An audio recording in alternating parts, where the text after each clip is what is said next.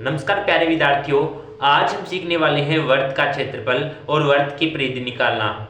आज की इस वीडियो के बाद आपको वर्त के क्षेत्रफल और वर्त की परिधि में कोई भी प्रॉब्लम नहीं रहेगी, क्योंकि आज हम वर्त से रिलेटेड वो सभी कॉन्सेप्ट को समझने वाले हैं जिसको लेकर आप बिल्कुल अभी तक आतुर है। ठीक है, तो आज हम वर्त के बारे में पूरी जानकारी लेंगे। वीडियो में अंत तक बने रहना और वीडियो बहुत ही इंपॉर्टेंट होने वाला है, लास्ट तक जरूर बने रहना। सबसे पहले वीडियो का मुख्य फोकस है वर्त का क्षेत्रफल और वर्त की परिधि ज्ञात करना, कि वर्त का क्षेत्रफल और वर्त की परिधि कैसे ज्ञात करते हैं। बहुत सारे क्वेश्चन उठते हैं यहाँ से कि वर्त का क्षेत्रफल ज्ञात कीजिए और वर्त की परिधि ज्ञात कीजिए। सबसे पहले क्षेत्रफल या परिधि पर आने से पहले क्या समझते हैं, थोड़ा सा वर्त के बारे में क्या करते हैं, जानकारी प्राप्त करते हैं। देखिए, ये आपको जो एक गोलाकार आकृति दिखाई दे रही है, इसे क्या बोलते हैं, वर्त बोलते हैं। क्या कहते हैं, वर्त है। ये हमारा वर्त है। और जो ये यहां से लेकर यहां तक ये एक रेखा दिखाई है, इसे बोलते हैं त्रिज्या। ठीक है, जैसे कि मैं इसे मान लेता हूं कि ये बिंदु O है, तो ये O से लेकर बिंदु यहां तक क्या है, ये वर्त की त्रिज्या होती है। तो देखिए त्रिज्या क्या होती है, और ये अगर मैं ये रेखा को अगर यहाँ तक पूरी मिला दूं तो ये पूरी रेखा क्या हो जाएगी, वर्त का व्यास हो जाएगा। क्या हो जाएगा, व्यास। याद रखना विद्यार्थियों, व्यास का आधा क्या होता है, त्रिज्या होता है। अगर आपसे पूछ लिया जाए कि ये त्रिज्या है, इसका दुगना कर दिया जाए, जितनी ये है इतनी और बढ़ा दी जाए, तो क्या हो जाएगा, व्यास बन जाएगा। ठीक है, यानी त्रिज्या का दुगना व्यास, और ये टोटल व्यास है, व्यास का आधा कर दूं तो क्या मिल जाएगी, त्रिज्या। तो यहाँ पे ये जो रेखा दिखाई दे रही है, ये दिखाई दे रही है कि ये 14 सेंटीमीटर है, ये हमारी त्रिज्या है।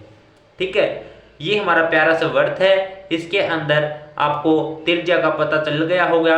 अब देखिए, एक होती है परिधि। देखिए, जो इसका बाहरी पृष्ठ होता है, जो इसका मान लो कि आपका कोई वर्ताकार मार्ग है, ठीक है, तो यहाँ पे आप क्या करते हैं, चक्कर काटते हैं। तो ये जो यहाँ पे बाहरी पृष्ठ पर जो चक्कर काटते हैं, जो इसी पर ये रफ्तार है, यही आपकी क्या है, परिधि है।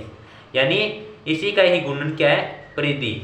यही आपकी परिधि ज्ञात करनी है। और ये टोटल एरिया है ना, ये इतने, इसके अंदर क्या, इसका क्षेत्रफल बोलते हैं, उसे बोलते हैं वर्त का क्षेत्रफल। और ये जो यहां से लेकर ये टोटल इस रेखा के ऊपर जो मान होता है, उसे बोलते हैं परिधि। ठीक है, अब जानेंगे कि वर्त का क्षेत्रफल कैसे ज्ञात करते हैं। हम सबसे पहले हम वर्त से मिले। वर्त एक गोलाकार आकृति होती है, उसके अंदर एक त्रिज्या भी होती है, व्यास भी होता है। ठीक है, वैसे जीवा भी होती है।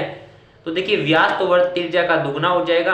अब बात करते हैं, हम अपने मुख्य टॉपिक पे आते हैं कि वर्त का क्षेत्रफल ज्ञात करें तो कैसे करें।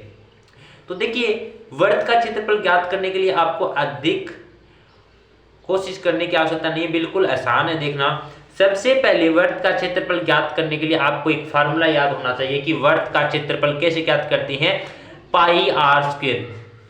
देखिए, अब मैं कहूं कि पाई आर स्क्वायर, लेकिन कई मेरे ऐसे विद्यार्थी हैं जिनको ये भी नहीं पता कि पाई क्या होता है, क्योंकि सभी के लिए नया नया है, आप नहीं जानते हैं। तो मैं बता दूं कि पाई एक वो वैल्यू है, वो कांस्टेंट वैल्यू है जिसका मान 22/7 या फिर 3.14 होता है। ठीक है, या तो आप 22/7 रख सकते हैं या 3.14 है।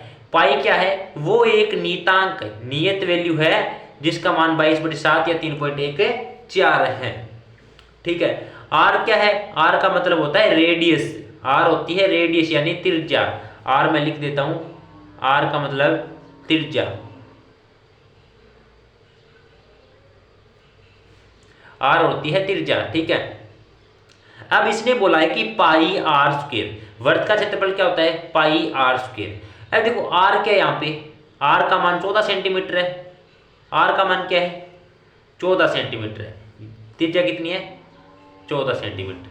आर का मान 14 है। तो सबसे पहले पाई का मान क्या लिया, 22/7, फिर इंटू कुछ नहीं, इसका मतलब क्या होता है, गुणा का निशानी होता है, आर स्क्वायर। आर क्या है, त्रिज्या, स्क्वायर है तो यानी त्रिज्या को 2 बार गुणा करके लिखो, 14 × 14, कोई प्रॉब्लम नहीं होगी। ठीक है, उसके बाद आपको क्या करना है, उसके तुरंत बाद आपको इसको सॉल्यूशन करना होता है। बिल्कुल आसान है। सबसे पहले देखिए, 7 का भाग दिया 14 के अंदर, 7 दूनी 14 आ गया। 22 को 2 से गुणा किया, 22 दूनी 44 आ गया। इंटू 14 आ गया। 44 को 14 से गुणा कर दो तो क्या आएगा, तो देखिए इसको गुणा करेंगे तो 44 को 14 से गुणा करेंगे तो 616 आएगा। वैसे आप करके देखना जरूर। और एक बात और याद रखना, हमेशा याद रखना, क्षेत्रफल ज्ञात करते हैं अगर वो सेंटीमीटर में दिया है तो वो सेंटीमीटर स्क्वायर में हो जाएगा, अगर मीटर में दिया होता तो वो मीटर स्क्वायर में। ठीक है, ये बात आपको याद होनी चाहिए। ठीक है, तो देखिए वर्त का क्षेत्रफल पाई आर स्क्वायर, आर त्रिज्या है, आर का मान 14 सेंटीमीटर है।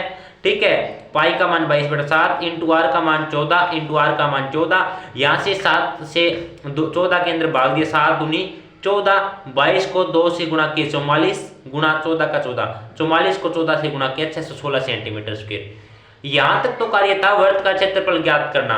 एरिया बहुत काम आता है वर्त का क्षेत्रफल ज्ञात करना। ठीक है, मान लो कोई आपके घर में गोलाकार कोई रूम है, उसको आपको मान लो कोई फर्श बनाना पड़े तो उसका पहले क्षेत्रफल ज्ञात करना होगा, तो आपको इसका सूत्र का प्रयोग करना होगा। ठीक है, बहुत जगह काम आता है।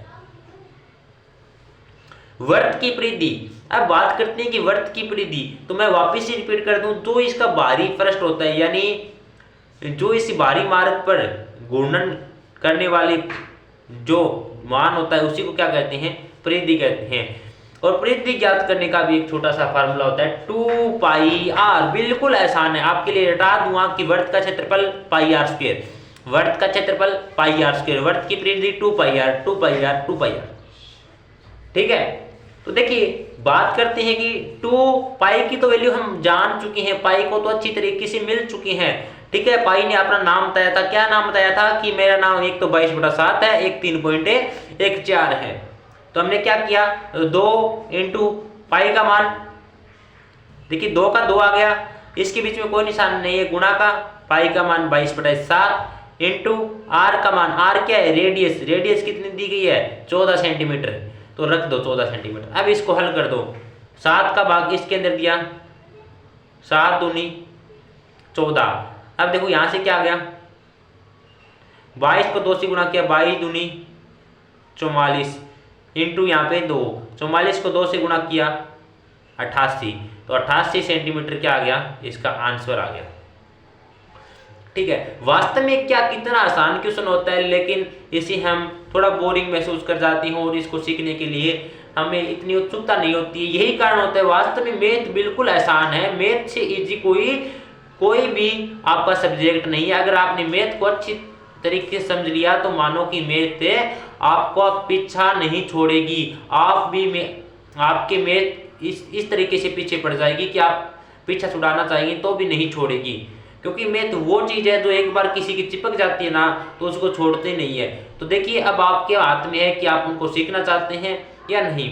तो देखिए वर्त का क्षेत्रफल, वर्त की परिधि, वर्त की त्रिज्या और वर्त का व्यास, इन सब के बारे में हमने चर्चा की। अगर आपको ये अच्छा लगा हो, वर्त का क्षेत्रफल परिधि समझ में आया, तो प्लीज अपना सा लाइक और कमेंट करके जाना।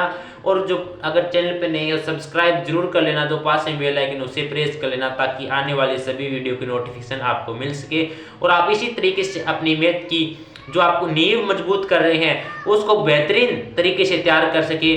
तो विद्यार्थियों आज के लिए इतना ही, मिलते हैं कल के अच्छे से कंटेंट के साथ, तब तक के लिए जय हिंद जय भारत।